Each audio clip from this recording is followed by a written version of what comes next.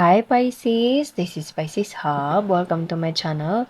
So for today's video, gamitin natin itong The Keeper, the Fortune Telling card. Alamin natin kung ano yung mga posibleng mangyari for Pisces, mga gabay mensahe for Pisces sa linggong ito. Okay, so this is a weekly reading Pisces from May 27 to May 30, 2024. Okay, so alamin natin kung ano yung mga posibleng mangyari sa linggong ito, mga gabay, mensahe for Pisces sa linggong ito. Okay, so reminder lang po na ito ay general reading po. So, pwede pong mag-resonate, pwede pong hindi. Okay, and this is a non-gender specific reading. So, bababae, lalaki, LGBT man na mga Pisces na nanonood ngayon or mga taong nagdi-deal kay Pisces na nanonood ngayon, take nyo lang, ma-feminine or masculine ka man. Okay?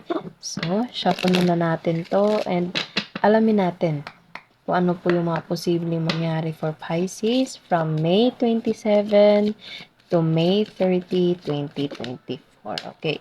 Oh, wow. Marriage. Kasal. Pwedeng married ka, Pisces, or pwedeng ikakasal ka, okay? Or something na nasa isang masayang relationship ka ngayon, Pisces. You're in a happy relationship. Gift. Oh, wow. Pwedeng bagong kasal kay Pisces or pwedeng ikakasal ka. Pwedeng, again, there's a proposal, okay, engagement, or kung hindi naman pwedeng sa linggong ito, meron ka matatanggap, you're in a happy relationship right now, or kung single ka man, pwedeng there is someone na matatagpuan mo na kung saan meron kang ibibigay or meron itong taong to na ibibigay sa'yo, okay? Basta meron siyang long-term commitment, ganun, okay? So, there's a happy long-term commitment with these two cards right here. Wow! So, ano pa po ang message po regarding with this marriage and gift for this week for Pisces or yung mga taong nagdi-deal kay Pisces? Okay? Sa nararamdaman ko, masaya yung ano dito sa mature man. So, pwede you're dealing with someone na mas mature sa'yo, mas matanda sa'yo, Pisces, or ikaw yung mas matanda. And feel ko parang itong taong to, this person is a professional. It's either he is a professor, teacher, lawyer, kasi meron tayo ditong mga books, okay? Knowledgeable, matured, as I said kanina, ang dami na nang pinagdaanan sa buhay, okay? And marami siyang wisdom. This person knows how to handle you. Pwede pong ganun. And also, pwede siyang nakatira sa malayo or nasa ibang continent, nasa ibang state, nasa ibang syudad, okay? Nasa ibang bansa, kahit saan man kasi meron tayo ditong globe, okay? So, you're dealing with someone na it's either ikaw yung mas matanda or this person is mas matanda sa'yo, Pisces, okay? So, nakikita nyo, this is the person who will give you this gift right here, okay? So, great fortune? Oh, wow! Wow! So, kung ano man to Pisces, sobra mo itong mapapakinabangan. Sobra mo itong magugustuhan. Lalo na sa great fortune na ito. Itong great fortune is all about abundance. Abundance in life. In all aspects in life, Pisces. Okay? Mapapag-ibig or mapapinansyal or mapasaan man sa... Oh, my... Wow! Sudden wealth. Great fortune, sudden wealth, Pisces. Sobra mo itong, oh my goodness, sobrang ganda, sobrang sweet, sobrang swerte, sobrang ganda. Inulit ko yung ganda, pero ganun po talaga yung nakikita ko dito, Pisces. Kitang-kita nyo, hindi ako gumagawa ng kwento, kitang-kita nyo po.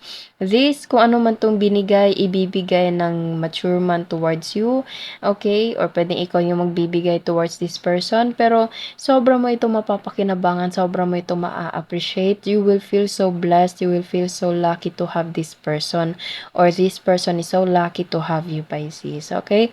Great fortune, abundance, sudden wealth, sudden financial gain, okay? So, pwede siyang mapa-love, pwede din siyang mapa-financial. So, wow, perfect combination. Wow, sobrang ganda ng dala ng gift galing sa taong 'to, Pisces, towards you, okay? So, puwedeng you're in a happy relationship towards this person, or kung single ka man, there is someone na kumbaga makakapagpabago sa buhay mo. You will feel so blessed, so lucky to have this person, and this person also have feeling so blessed and happy, lucky to have you in his or her life, Pisces. Okay, kumbaga iba, iba yung connection niyo sa isa't isa, hindi kagaya nung mga nakaraan yung mga relationship, Pisces, okay? Kumbaga kung ano man yung past niyo, ibang-iba 'to, okay? So, you will feel so blessed na kumbaga sobra kang magpapasalamat sa kung ano man 'tong kumbaga ipagpapasalamat mo sa Panginoon na meron siyang ibinigay na tao para sa'yo, Pisces, na ibibigay yung mga bagay na deserve mo, okay? So, bigla ko na ano yung word na reciprocate. So, the love, the effort, the situation right here is magre-reciprocate. As I said kanina, ibang-iba 'to sa mga nakaraan yung relationship. Puwedeng both of you, okay? So, puwedeng you are so deeply connected towards this person, and also iba yung connection niyo, Pisces, okay? Or you will feel na iba 'to siya sa kung ano man yung pinagdaanan mo dati, okay? You will transform from you will transform, Pisces, from nothing to something. Kumbaga, hindi mo 'to nararanasan dati, mararanasan mo na 'to. Itong mga magagandang bagay, itong mga deserving na kumbaga, love languages, okay? Andito lahat yung love languages na nandito, Pisces. Gift giving, physical touch, kasi parang nakahawak siya dito, tingnan niyo. Yung kamay niya, Pisces, nakahawak sa bride niya mismo. Yung groom, okay, nakahawak mismo sa kamay na sa waist ng bride niya, okay? So, there's a physical touch, there's a uh, gift giving, okay? Ano pa ba? Ito, more on parang words of affirmation, kasi parang ang dami niyang nalalaman, ang dami niyang wisdom, ang dami niyang knowledge, and this person is so mature kasi nakikita niyo ang dami niyang books, okay? So, this person understands you so much, naiintindihan ka ng taong 'to, and ayun nga, sobra aalagaan ka ng taong 'to, Pisces. Ramdam ko yung pag-alaga niya sa'yo, okay? And toil and labor. Yes, as I said kanina, ang dami niyong napagdaanan. Dati parang pinipilit mo yung isang relasyon, dati parang feeling mo parang kailangan mong mag-effort, kailangan mong ganito, ganyan, kasi para mag-work, okay? Kumbaga, you did all your best sa kung ano man yung pinagdaanan mo dati, pero hindi pa rin nangyari, okay? Pero this person, hindi mo mararanasan yun. Siya yung magbibigay ng mga magagandang bagay, mapa-ups and downs, this person will be yours, Pisces, okay? And she wants only you, okay? He needs you, Pisces, okay? And you need this person, okay? And you will be so thankful to God, to the universe, to divine spirit na binigay niya itong taong to sa buhay mo. And this person also will be so thankful to have you in his life, Pisces. Wow! Sobrang ganda naman. Wow!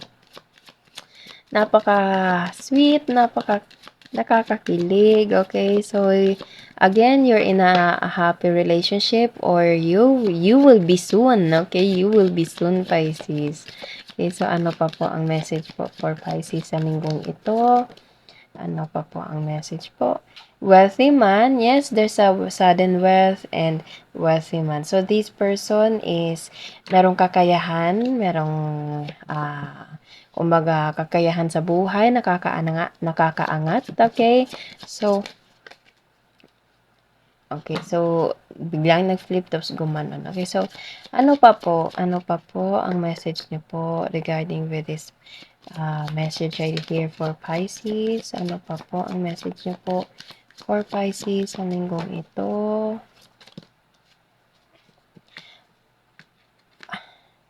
Privileged lady, wow! So, this is you, Pisces. Nakikita niyo, wealthy man and privileged lady. So, You will be just doing your own thing, Pisces. Kumbaga, gawin mo yung mga bagay na usual mong ginagawa and this person will take care of you. Okay? He will take care of you, Pisces, or you will take care of this person right here. Again, wala po tayong gender specific.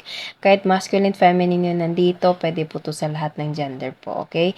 Take nyo lang kung saan po yung energy na mag-resonate po sa inyo. So, this person is hindi mo kailangan maging hard work, hindi mo kailangan ganito, ganyan, ganyan, ganyan, ka para alam mo yun, yung parang, hindi mo kailangang i-push yung sarili mo para lang mag-work itong relationship na to. Kasi this person will make you feel so love, okay? And this person is also feel loved by you, Pisces. Okay? Kumbaga, andun niya yung reciprocate. Naano ko talaga yung reciprocate, Pisces.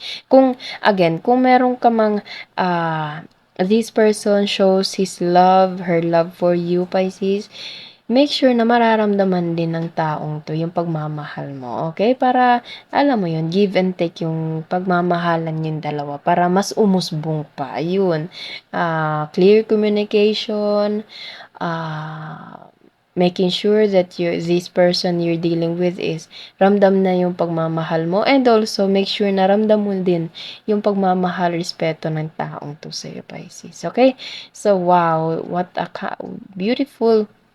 Okay, meron tayo ditong poverty. So, again, ang dami nyo nga napagdaanan dati. Okay, ang dami nyo napagdaanan dati na kung saan kulang, alam mo yun, kumbaga, kailangan mong mag-hard work, kailangan mong baguhin yung kung ano man yung ikaw, Pisces, or alam mo yun, yung parang ang dami niyong pinagdaanan towards this person or pareho kayong merong pinagdadaanan sa mga past relationships niyo, okay? Binago niyo yung sarili niyo para lang dun sa taong yun, which is wrong person, which is your wrong partner, pero andito lahat 'to. Nakikita niyo sobrang ganda.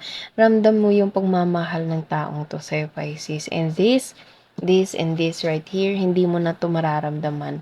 Okay? If you're together with this person, okay? And this person will feel your love the most, Pisces. Okay? Again, kailangan pong i-reciprocate yung pagmamahalan para umusbong pa po lalo. Okay? 'Pag pinakitaan ka ng pagmamahal mo din yung tao, Pisces, make sure na maramdaman din niya, alam din niya na mahal mo siya. Okay? So, this reading right here is obviously a love reading, Pisces. Okay? Nakikita nyo, napapansin ko, madalas yung mga reading natin is parang love reading. Pero meron din namang parang mga career. Okay? So, abang-abang lang din po sa daily reading natin. Okay? Thank you sa suporta, Pisces, and sa mga taong nagdi-deal kay Pisces na nanonood always sa ating channel. Okay? So, kuha tayo ng mga initials, random words na posibleng konektado sa reading natin ngayon. Okay? Chat, text, or tawag. Mayaman, yes. Wealthy man, mayaman. Kulot. It's either ikaw or siya, parang wavy, kulot. Okay? Pet lover. Okay. Lover, pet lover, lover. Okay, so pwedeng pareho kayo mahilig sa pet, Pisces.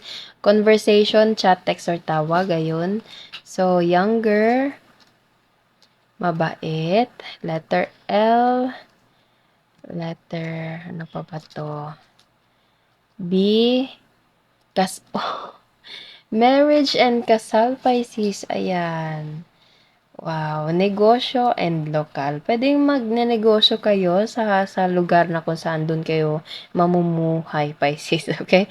Basta take nyo lang kung saan po mag-resonate, okay? So, ito po ang mga posibleng initials, mga random words sa ating reading ngayon. Pwede ding wala po, pwede ding meron, okay? Take nyo lang, okay? So, yun po ang ating reading sa linggong ito, Pisces, naway nag-resonate po and naway nagustuhan nyo po. Huwag niyo po sanang kalimutan na mag-like at mag-subscribe po sa ating channel and click the bell button para ma-notify po kayo sa next videos na i-upload natin, okay? So, thank you, Pisces, and God bless!